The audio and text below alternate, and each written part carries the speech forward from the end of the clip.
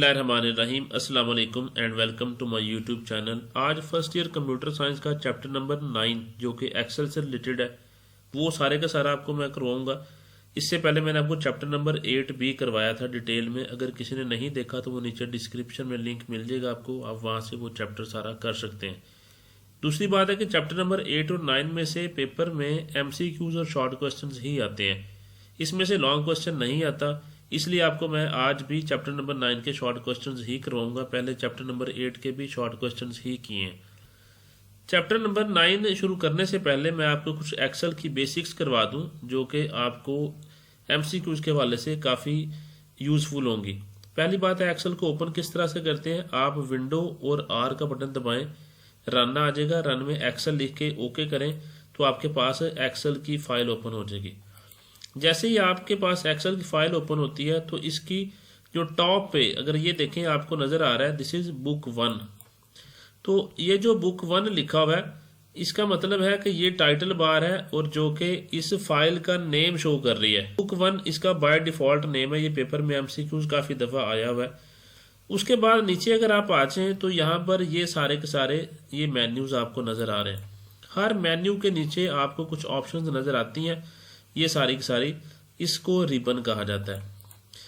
इस रिबन के नीचे ये यहाँ पर एक लाइन आपको नज़र आ रही है, FX लिखा हुआ है। ये सारे का सारी खाली जगह, इसको फार्मूला बार कहते हैं। ये फार्मूला बार हर एक सेल के साथ जुड़ी हुई है, यानी ये जितने भी सेल्स हैं ये आपको नज़र आ रहे हैं, इनको सेल्स कहते हैं। अब ये सेल्स की दो टाइप्स हैं, अभी मैं वो भी आपको बताता हूँ। उससे पहले आप ये देखें ABCD ये कॉलम्स हैं। अल्फ़ाबेट से इनको ज़ाहिर किया जाता है, इनको वर्टिकल लाइंस कहा जाता है, ये कॉलम्स कहलाते हैं। ये कहाँ तक है, आप कंट्रोल का बटन दबाएं, राइट एरो की प्रेस करें, आखिरी कॉलम पे ले जाएगा। और इसी तरह कंट्रोल का बटन दबाएं, लेफ्ट एरो की प्रेस करें, आप पहले कॉलम पे आ जाएंगे। अब ये कॉलम्स कितने हैं ये भी मैं बताता हूँ आपको। इसी तरह ये नंबर से ज़ाहिर किया जाता है हॉरिजॉन्टल लाइंस को, इनको रोज कहते हैं। ये भी 1 2 3 4 से शुरू है, कहाँ तक जाएंगी। कंट्रोल के साथ डाउन एरो की प्रेस करें, आखिरी रो पे आप आ जाएंगे। 10,48,576 रोज हैं। कंट्रोल के साथ अप एरो की प्रेस करें, पहली पे आगे। अब ये टोटल कितनी है, आप यहाँ पर अपना कर्सर रखें, ये आपको नज़र आ रहा होगा। तो यहाँ पर आपने अपना कर्सर सिर्फ क्लिक करना है तो देखें यहाँ आपको 10,48,576 रोज और 16,384 कॉलम्स ये नज़र आ रहे हैं कि इतने कॉलम्स हैं। अब ये जो यहाँ पर आपको नज़र आ रहा था, ये सारी की सारी जगह जहाँ पर ये डिस्प्ले होता है इसको नेम बॉक्स कहते हैं। इस नेम बॉक्स में एक्चुअली ये जो लिखा हुआ है अभी आपको जो नज़र आ रहा है B3 नज़र आ रहा है, इसमें ये B क्या है 3 क्या है। आप जिस सेल पे भी हैं देखिए, आप मेरा यहाँ पर ये कॉलम है B और मेरी रो है 3, इस वजह से यहाँ B3 आ रहा है। इसी तरह अगर मैं यहाँ पर कर्सर प्रेस करूँ तो या यहाँ पर कर लें तो यहाँ पर मेरे पास जो कॉलम है वो है F और रो है मेरी 6। तो ये यहाँ पर F6 आ रहा है, यानी कि यहाँ पर कॉलम का नेम पहले आएगा, रो का नंबर बाद में आएगा। ये MCQs पेपर में आता है। अब इसको कहते क्या है, इसको सेल का एड्रेस कहते हैं। This is known as cell address. ये जो नज़र आ रहा है ये सेल का एड्रेस है। सेल एड्रेस में पहले कॉलम का नेम आता है, फिर रो का नंबर आता है। ये बात भी होगी। उसके बाद ये जो आपको बोल्ड सा नज़र आ रहा है ये सारे का सारा, इस सारे को एक्टिव सेल कहते हैं। ये जहाँ होगा वहीं पर ही वैल्यू एंटर की जाएगी। मैं यहाँ क्लिक करता हूँ तो यहाँ देखें, मैं सपोज कर लें एलीट एकेडमी लिख दूँ तो अब ये मेरा यहाँ पर लिखा गया सिर्फ, ये भी बात होगी। इसको एक्टिव सेल कहते हैं। इसके अलहदा जितने भी सेल्स हैं इसके अलावा वो सारे पैसिव सेल्स कहलाते हैं। नीचे आ जाएं तो यहाँ देखें शीट 1 शीट 2 शीट 3 ये आपको यहाँ दी गई हैं। आप इनको रीनेम भी कर सकते हैं, डिलीट भी कर सकते हैं, कलर भी चेंज कर सकते हैं, प्रोटेक्ट भी कर सकते हैं। तो बाय डिफ़ॉल्ट पेपर में क्वेश्चन आता है कि बाय डिफ़ॉल्ट एक्सेल में कितनी शीट्स होती हैं, तो एक्सेल में 3 शीट्स होती हैं। इसके बाद यहाँ पर जूम पे आ जाएं। यहाँ पर एक्सेल का जो जूम है वो दिया जाता है बॉटम की राइट पे। ये जूम कितना है, मिनिमम ये पेपर में आ सकता है मिनिमम 10 है और मैक्सिमम कितना है 400। 10 से 400 इसकी जूमिंग है एक्सेल की। अच्छा जी, अब ये बातें भी होगी अब अगर थोड़ा सा मज़ीद आगे चलें तो एक्सेल में हमें क्या क्या बेसिक फैसिलिटीज़ अवेलेबल हैं। अगर आपको सीरियल नंबर को जनरेट करवाना है सीक्वेंस में, या सीक्वेंस ना भी हो, तो यहाँ से आप इसको ड्रैग करते हैं, दोनों को सेलेक्ट करके ये आपके पास ड्रैग हो जाता है। इसी तरह अगर आपको कि संडे मंडे कहीं लिखने पड़ जाए तो आप स्पेलिंग ठीक लिखें, उन दोनों को सेलेक्ट करें और आप ड्रैग कर दें, आपके पास वो भी आ जाएंगे। इसी तरह जनवरी फरवरी अगर आपको लिखने पड़े तो वो भी आप यहाँ से ड्रैग कर सकते हैं, आ जाएंगे, लेकिन स्पेलिंग इनके ठीक होने चाहिए। इसी तरह अगर सपोज कर रहे हैं कि आप 1 लिखा 5 लिखा, तो अब इसका आप इंटरवल देख लें, उस इंटरवल के हिसाब से ये क्या करेगा, 4 के फर्क से इसको ड्रैग कर देगा। ठीक है जी, ये बेसिक कुछ यहाँ पर हमें फैसिलिटीज़ अवेलेबल हैं जो कि हमारा काफ़ी टाइम सेव करती हैं। चलिए हम स्टार्ट करते हैं हम अपने क्वेश्चंस की तरफ। सबसे पहला क्वेश्चन है, what is spreadsheet programme. Spreadsheet ऐसा सॉफ्टवेयर है जो कैलकुलेशंस के लिए इस्तेमाल किया जाता है। अभी यहाँ पर मैं आपको करके दिखाऊंगा। इसमें हम लोग क्या करते हैं, अपनी वर्कशीट्स में डाटा एंटर करते हैं। ये वर्कशीट अभी मैंने आपको दिखा दी। वर्कशीट्स होती क्या है, जिसमें कुछ रोज होते हैं, कॉलम्स होते हैं, वो वर्कशीट कहलाती है, अभी मैंने आपको दिखाया है। और इस पे हम लोग मुख्तलिफ कैलकुलेशंस करते हैं। इसमें हम लोग फार्मूलाज को यूज़ करते हैं जो पहले से मौजूद हैं, वो फंक्शंस कहलाते हैं, वो भी यहाँ पर मौजूद हैं। उसके अलावा हम लोग इसमें चार्ट्स के साथ भी, फिगर्स के साथ भी अपना डाटा रिप्रेजेंट कर सकते हैं। तो ये तो बात होगी कि स्प्रेडशीट प्रोग्राम होता क्या है, यानी इसमें कैलकुलेशंस होती हैं। आपने कोई सपोज करें रिजल्ट कार्ड बनाना है, या आपने घर का कोई बजट प्रिपेयर करना है, या कोई कंपनी का प्रॉफिट लॉस निकालना है, तो वो यहाँ पर आप इस तरह से शो करवा सकते हैं। इनमें से कोई एक दो चीज़ें मैं आपको करके दिखाता हूँ। ये मेरे पास एक रिजल्ट कार्ड है, मैंने बनाया है। मैं यहाँ पर टोटल करना चाह रहा हूँ, तो आपने सिंपल क्या करना है, आल्ट के साथ इक्वल का बटन प्रेस करना है, एंटर करना है, तो ये आपको लेफ्ट से टोटल कर देगा ये 4 वैल्यूज़ को। यहाँ पर आप देखें तो ये नीचे देखें सम, आपको ये जो नीचे आ रहा है इसको स्टेटस बार कहते हैं। ये स्टेटस बार में आपको सम भी नज़र आ रहा है, कितने हैं ये वो भी बता रहा है, इनकी एवरेज भी कैलकुलेट करके दे रहा है। तो आपने सिंपल यहाँ से ड्रैग करना है, तो आपके पास सबकी कैलकुलेशन टोटल हो जाएगी। अब देखें यहाँ पर सपोज करनी 56 नहीं, ये तो 66 थे, मुझसे गलती से 56 लिखे गए। जैसे मैंने 66 किया, मैंने एंटर करना है, तो देखें ये मेरा ऑटोमेटिकली अपडेट हो जाएगा। तो ये इसमें डिफरेंट कैलकुलेशंस आप कर सकते हैं। यही यहाँ पर स्प्रेडशीट की एक खासियत है कि ऑटोमेटिक कैलकुलेशंस यहाँ पर हो जाती हैं। तो ये आपका पहला क्वेश्चन हो गया कि व्हाट इज स्प्रेडशीट प्रोग्राम। दूसरा है, इसके 3 यूजेस बताएं, ये कहाँ इस्तेमाल होता है। एक तो मैंने अभी आपको बता दिया कि कैलकुलेशंस करनी हो। इससे पहले क्वेश्चन में मैंने आपको बताया प्रॉफिट लॉस निकालना हो, या आपने कोई ग्राफ वगैरह निकालने हैं वहाँ पर, या घर का कोई बजट प्रिपेयर करना है उसके लिए। अब इनमें से मैं आपको ये चीज़ें भी बारी बारी बताता हूँ। सपोज करें प्रॉफिट एंड लॉस की बात कर रहे थे कि मेरी सपोज करने चले मैं अपने अदारे की बात ही कर लेता हूँ। ये मेरे पास कुछ मंथ्स हैं, इन मंथ्स में मेरे पास ये इनकम आ रही है और ये मेरे एक्सपेंसेस आ रहे हैं हर मंथ के। यहाँ मैं अपना प्रॉफिट या लॉस निकालना चाह रहा हूँ। ये मैं किस तरह निकालूंगा कि इनकम में से एक्सपेंसेस माइनस कर दूंगा, तो is equal to income minus expenses. यानी आपने सेल के ऊपर क्लिक करना है, उसका सेल का एड्रेस देना है, एंटर करेंगे तो यहाँ मेरे पास ये आ जाएगा। इसको मैं ड्रैग कर दूंगा तो ये मेरे पास सारी सारी हर मंथ की इनकम स्टेटमेंट आ गई, किस मंथ प्रॉफिट हो रहा है, किस मंथ लॉस हो रहा है। तो यहाँ पर एक मंथ है सिर्फ ये वाला, यहाँ पर मुझे लॉस हो रहा है। तो इस तरह करके आप ऑटोमेटिकली कर सकते हैं। मैं दोबारा करवाता हूँ आपको। इस सारे को मैंने डिलीट कर दिया, तो मैं यहाँ इज इक्वल टू लिखूंगा, इनकम पे क्लिक करूंगा, माइनस एक्सपेंसेस पे क्लिक करूंगा, एंटर करूंगा, तो मेरे पास ये प्रॉफिट लॉस आ गया। तो मैंने यहाँ ड्रैग कर दिया तो ये मेरे पास सारे का सारा आ गया। अब सिर्फ ये मेरा लॉस है, बाकी सारे महीनों में प्रॉफिट है। अगर मुझे टोटल करना है तो यहाँ पर आल्ट इक्वल करूंगा तो ये मुझे ऑटोमेटिकली ऊपर से टोटल कर देगा। तो ये मेरे पास ओवरऑल जो है वो प्रॉफिट आ रहा है, लॉस नहीं आ रहा। ठीक है जी, इस तरह प्रॉफिट एंड लॉस आप निकाल सकते हैं। इसी तरह घर में बजट के हवाले से लिखा हुआ था कि मंथ में आप सपोज कर जनवरी में आपका 20,000 खर्चा होता है, फरवरी में 30,000 होता है, मार्च में फिर 20,000 होता है।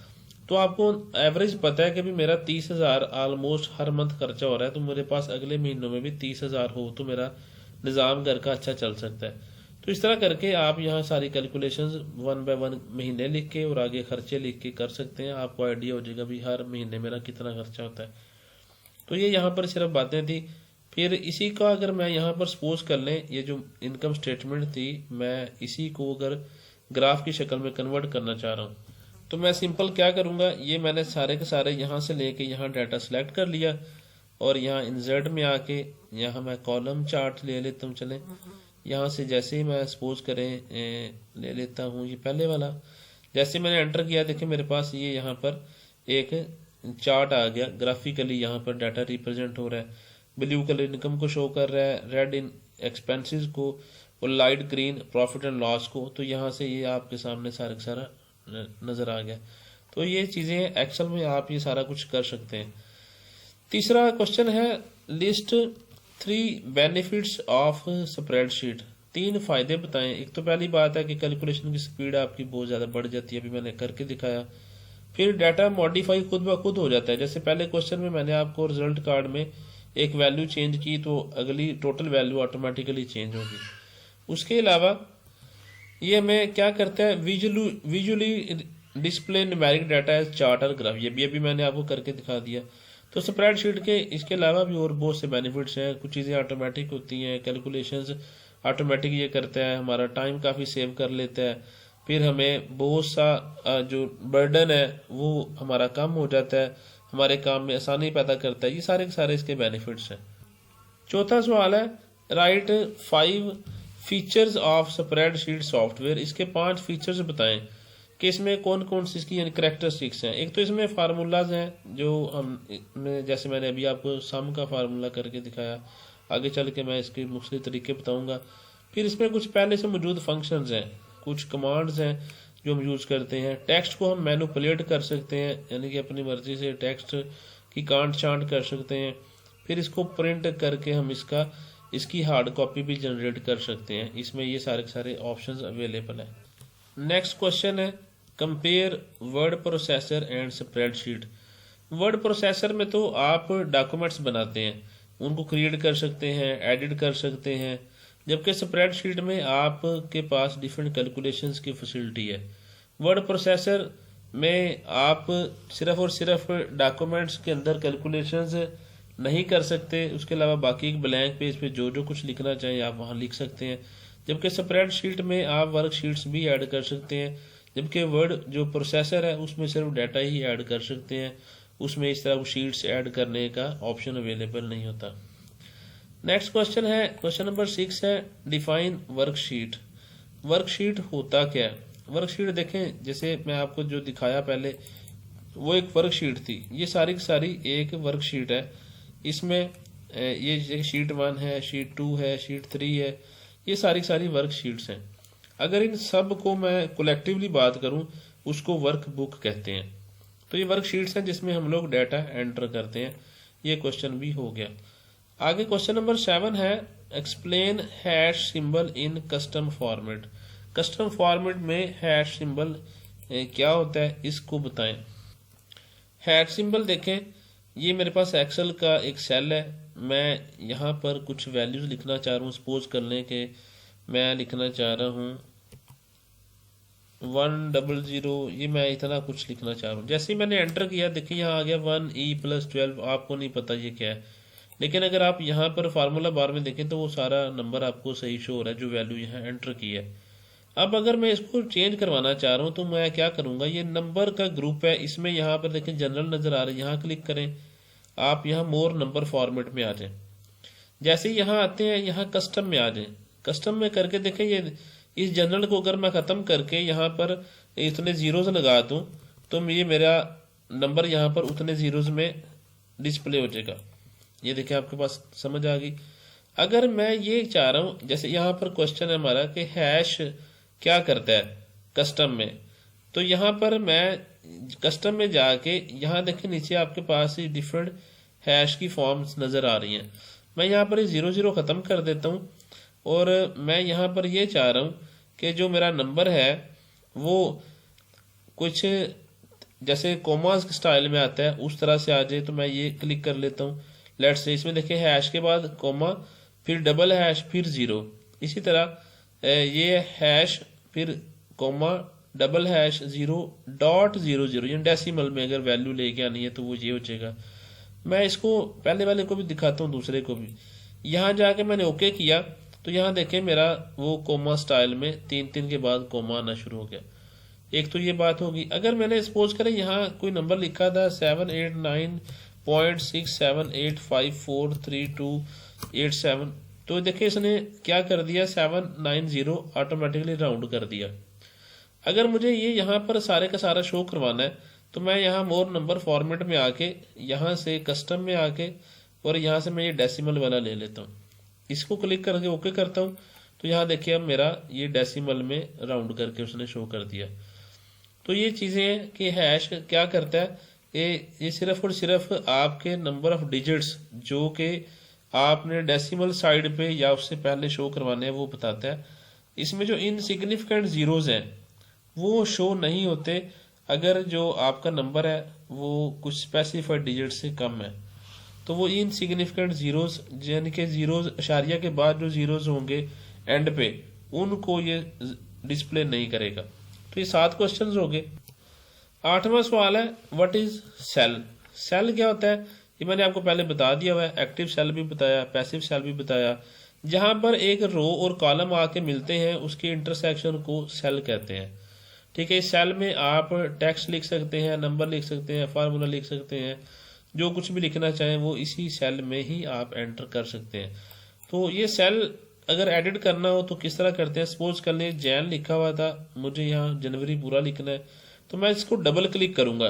डबल क्लिक करें या फिर आप सिंगल क्लिक करके यहाँ ऊपर फार्मूला बार में आ जाए तो फिर भी आप यहाँ से लिख सकते हैं।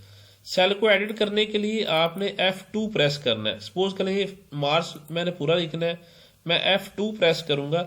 F2 प्रेस करें, देखिए सेल आपका एडिटेबल बन जाता है। तो मैं यहाँ मार्च लिख के एंटर कर दूं। इस तरह करके आप सेल्स को एडिट कर सकते हैं।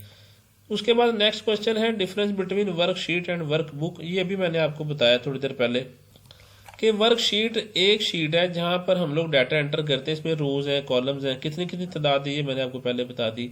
जबकि वर्कबुक सारी वर्कशीट्स का एक पूरा ग्रुप है जो एक फाइल के तौर पर सेव होगा। जैसे ये मैंने पहले आपको बताया कि इसमें 3 शीट्स हैं, ये वर्कशीट्स हैं। अगर इसको कलेक्टिवली मैं सारी फाइल को सेव करूं तो ये क्या कहलाएगी, मेरी वर्क बुक कहलाएगी। तो ये क्वेश्चन भी आपका हो गया। उसके बाद what do you mean by 3D sheet. 3 dimensional sheet होता क्या है। जो आजकल का जो स्प्रेड शीट है, जैसे ये एक्सेल में शो कर रहा हूँ, ये हमारी 3D शीट ही है। ये यानी कि वर्कशीट्स का एक पूरा पैड है। इसमें हम लोग एक अगर शीट में डाटा एंटर करें तो वो दूसरी शीट में भी शो हो जाता है। मिसाल के तौर पे मैं आपको यहाँ पर ये दिखाता हूँ कि ये मेरा शीट 2 है, ये यहाँ आपको नजर आ रही है शीट 2। इसमें मैंने डाटा एंटर किया हुआ है। अब मैं शीट 1 में जाता हूँ। मैं चाह रहा हूँ कि यहाँ पर जो मंथ के हवाले से या ईयर के हवाले, सपोज कर लें 2023 का ये मेरा प्रॉफिट है जो यहाँ शो होगा। तो मैं यहाँ से क्या करता हूँ कि इज इक्वल टू का बटन प्रेस करता हूँ। मैं चाह रहा हूँ कि शीट 2 में जो वैल्यू यहाँ पर आएगी वो वहां पर भी आ जाए। तो मैंने यहाँ सिर्फ इसको क्लिक किया, एंटर करना है आपने। ये शीट्स लिंक करने का तरीका भी है, आपने एंटर करना है। देखिए यहाँ पर भी वही फिगर आ गया जो यहाँ पर है। अगर मैं यहाँ थोड़ा इसको चेंज करूँ, सपोज कर लें कि मैं यहाँ से कोई वैल्यू चेंज कर लेता हूँ। ये वाला प्रॉफिट यहाँ मैं 5 चल लिख देता हूँ, एंटर करता हूँ। अब ये देखिए 4699632 हो गया।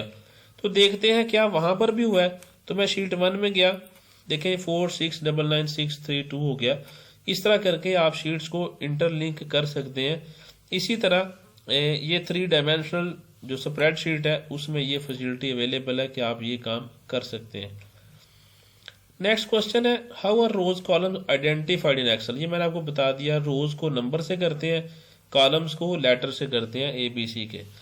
ये फिर रिपीट हो गया question define cell. How is cell identified. Cell किस तरह से आइडेंटिफाई होता है। अब सेल का आपको पता है कि जो कॉलम का लेटर है उससे आइडेंटिफाई किया जाता है। जैसे मैंने पहले कहा कि सेल का एक एड्रेस होता है पूरे का पूरा।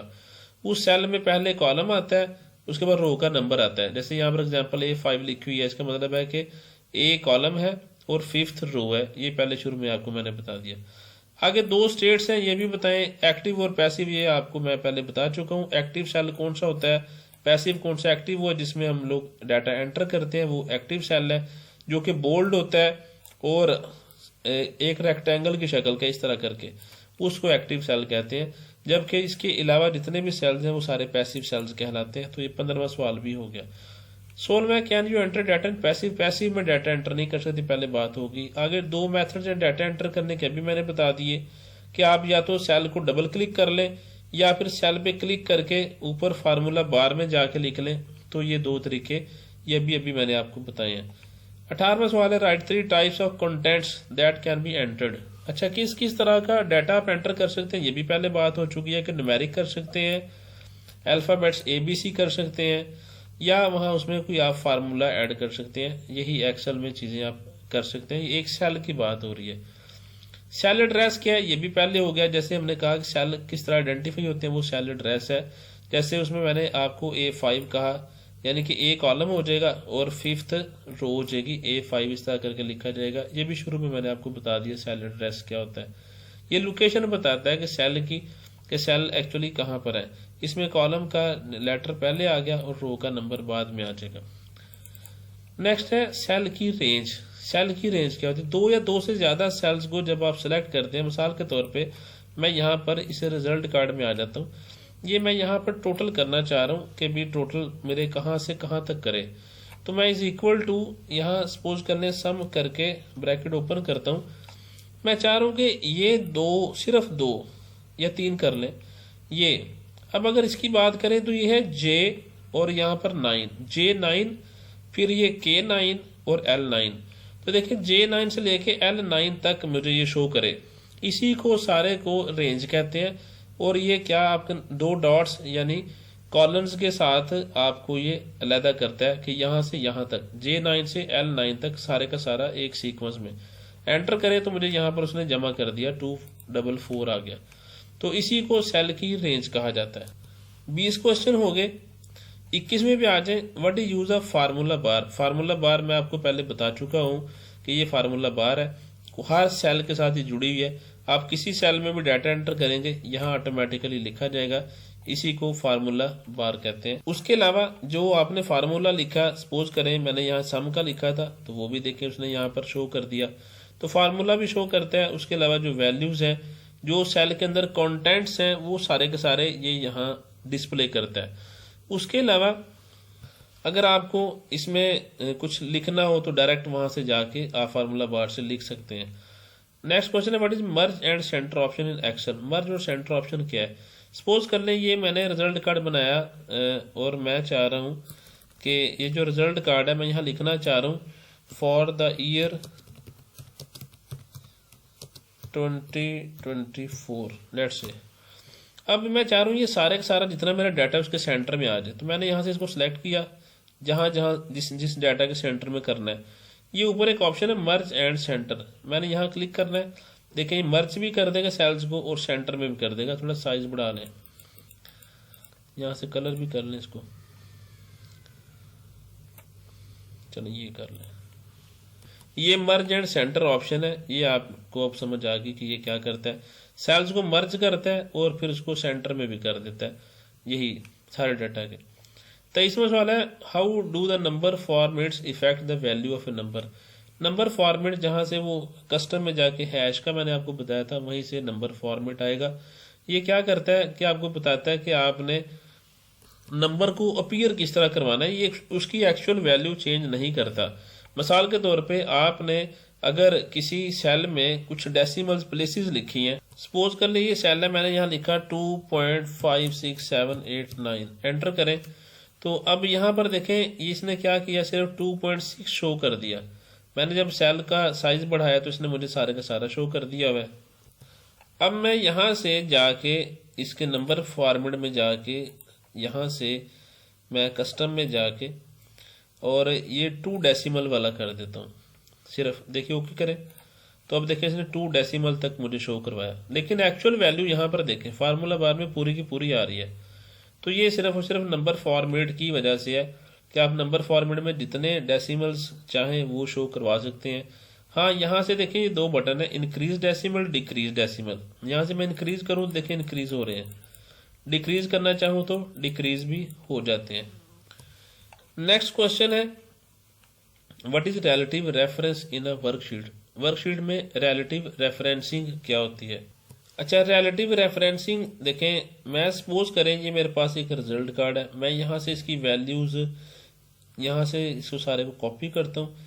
यहाँ देखें, मैंने अभी कॉपी करने से पहले थोड़ा दिखा दूं, यहाँ अगर मैंने फार्मूला लगाया हुआ जमा करने का, ये कहाँ से कहाँ तक है आप यहाँ जाके देख सकते हैं, J9 से M9 तक, यानी J9 से इस वैल्यू से लेके यहाँ तक इसने सारे का सारा मुझे जमा किया हुआ है, यानी ये J9 से लेके कहाँ तक, M9 तक। मैं अगर इस सारे को यहाँ से सपोज कर लें कॉपी करता हूँ, Ctrl+C से मैंने कॉपी किया और मैं यहाँ पर लाके इसको पेस्ट करना चाह रहा हूँ। अब यहाँ पर देखें, जैसे मैंने पेस्ट किया ये फार्मूला अब क्या चेंज हो गया।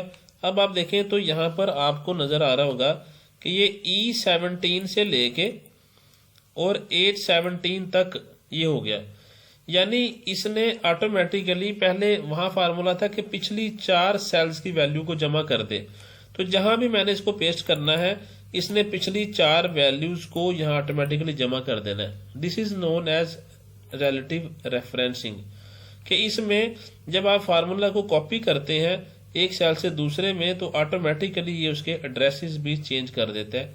This is known as relative referencing in worksheet.